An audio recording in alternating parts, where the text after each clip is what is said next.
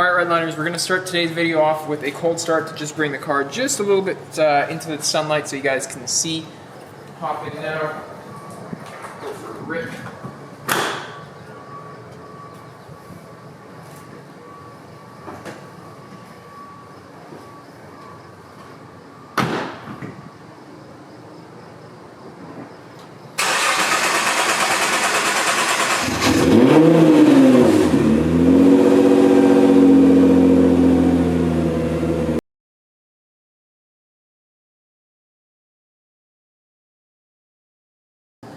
What's going on, fellow Redliners? Welcome back to another GTR themed video. A lot of you guys have been asking me to make a GTR maintenance video on the channel, so today I'm planning to deliver that and also answer your guys' questions who are starting to get into the used GTR market as the prices start to drop, or are planning to buy a new GTR and just wondering what the maintenance costs is like on this guy. So I'm planning to make a video to answer all those questions.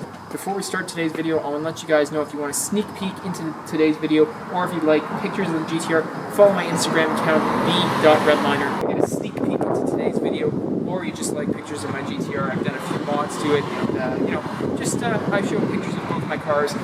So yeah, before we start today's video, I want to make sure you guys hit that like button, subscribe down below, and now let's hop into today's video. So the first basic maintenance you got to do on the GTR, just like any other car besides Tesla, of course, is basic oil changes. With the GTR, you need to use Mobil 1 0W40, and this is a specific GTR formula. As you can see there, it's certified GTR. As of last year, Mobil actually changed their formula a little bit, and it's lost the GTR certification for now, although that's still the recommended oil to use. You can, even see, based on the engine bay, it even says use Mobil 1 0W40. However, so what we're thinking is in the next couple of months, they should have the GTR certification on the back of these as they're recertifying the oil with Nissan. So this is just basic oil. When I heard that they changed their formula, I went and stocked up with I think 10 quarts of this stuff, 10 different jugs of 5 quarts, just to be sure in case they hadn't, been able to certify for a while. I just wanted to be sure that I'd be able to fit the GTR with the right stuff while they finish the certification process. So the oil change portion, it really depends on your dealer. Some dealers have a very high hourly rate. Like in the Arctic here, our basic labor is like $150 an hour plus tax. So a 1 hour oil change on the GTR would run you around $200, $250, $300. However, there are a lot of places like in Florida, central United States, where labor is very cheap, or a lot cheaper than what it is here.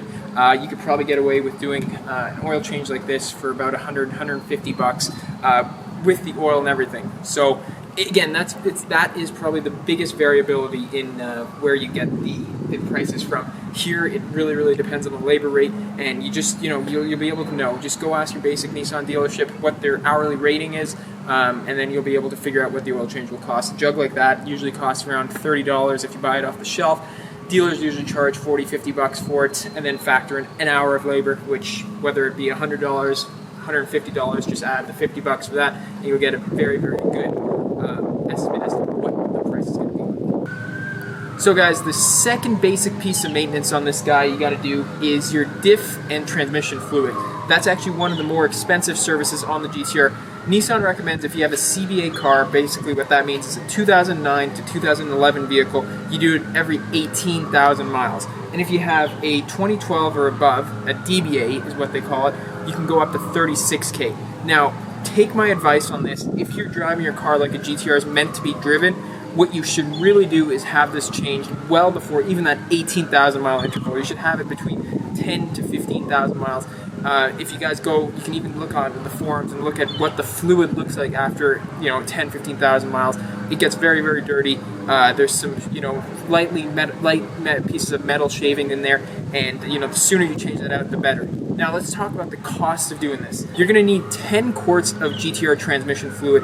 Those usually retail 1 quart for about $69 to $79 US, based on, depending on where you find it. You can sometimes find a super good deal and find them for $59 or $55, but you really got to search, and I'd recommend, if you're looking for a deal like that, to start well in advance before you want to do the maintenance. That way you give yourself enough time to find that deal, purchase it, receive the product, and then start the maintenance. But if you're a last minute kind of guy, you're usually going to end up paying $69 or $79. there's around $700, $800 with taxes just for the fluid. Then you got to do the diffs, which you're going to need 3 quarts of that. That's going to run you $150 to $250. Again, depending on where you source that from. Do your research, you can probably find a better deal. But just in fluids, just fluids alone, you're going to be right around 1,100.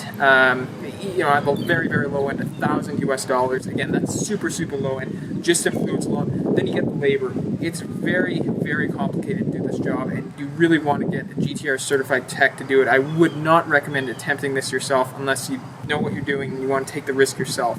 Now, with regards to that, you're probably looking at around another $1,000 in labor.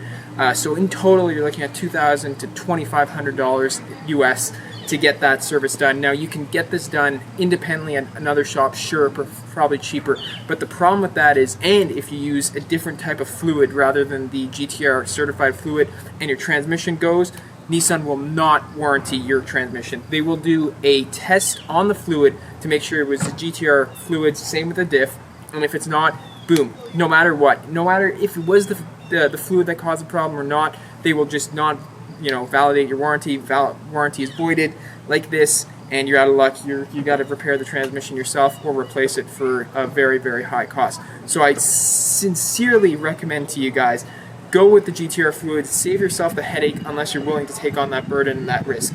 That's just my advice. Alright guys, so the third piece of maintenance, and as you guys may or may not know, the GTR is a heavy vehicle.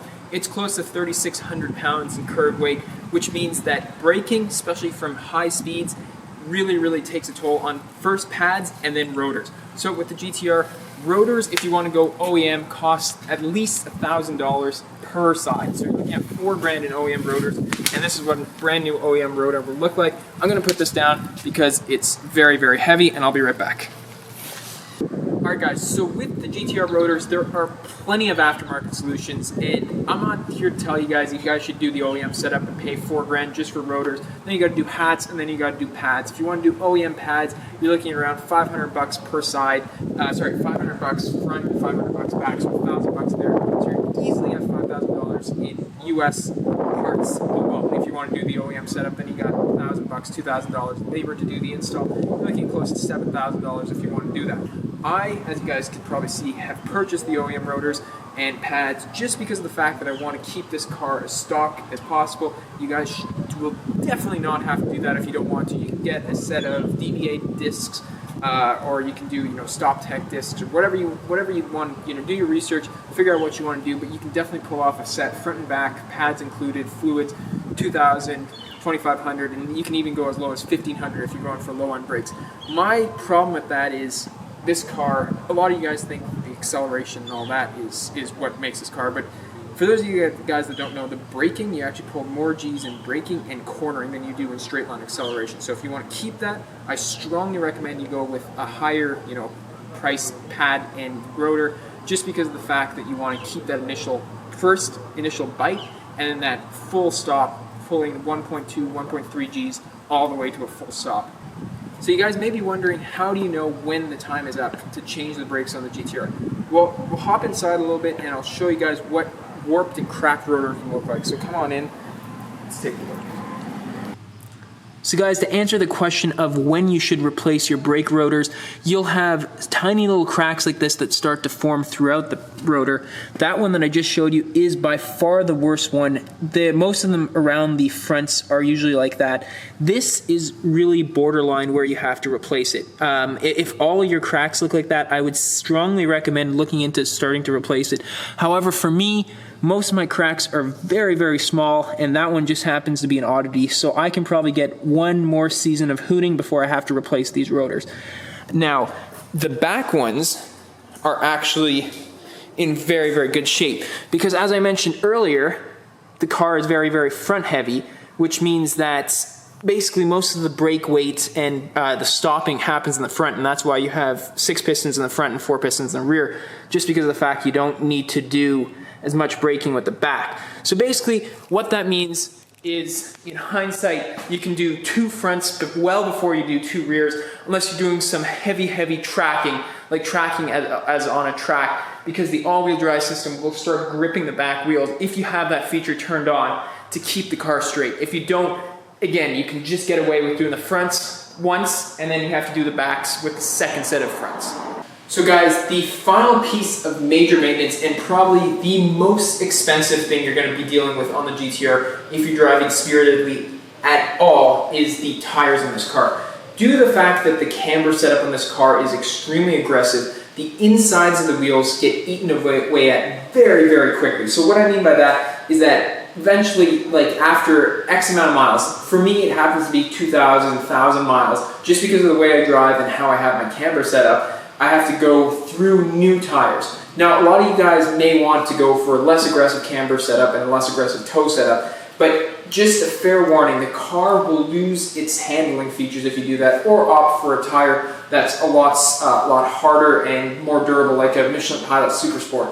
If you drive in something like that, the sidewalls on those tires are a lot softer because they're non-run flat, which means that your car will develop a lot of body roll, making it not feel like the supercar that it is. So just take my advice. If you want a slightly more quiet ride and more comfortable ride, and you're thinking of putting MPSSs on your car, or the Michelin 4Ss that are replacing it, you know, put it on your daily. Don't put it on your GTR. Keep your GTR for spirited runs and spirited runs only. Go with an aggressive tire setup. Go with an aggressive camber setup, because in my opinion, now you guys may have a different opinion and I totally respect that, I think that this car should have the best handling possible. And if that means that you guys need to go through $2,000 sets of tires every month or every year, whatever, however often you drive the car, I strongly recommend doing that, just because of the fact that you get that extra handling and feeling that initial bite in, that initial, you know, no body roll, and the feeling that the car is on rails. If you guys don't care about that, you know, do whatever you want. Go with some, you know, more durable tires,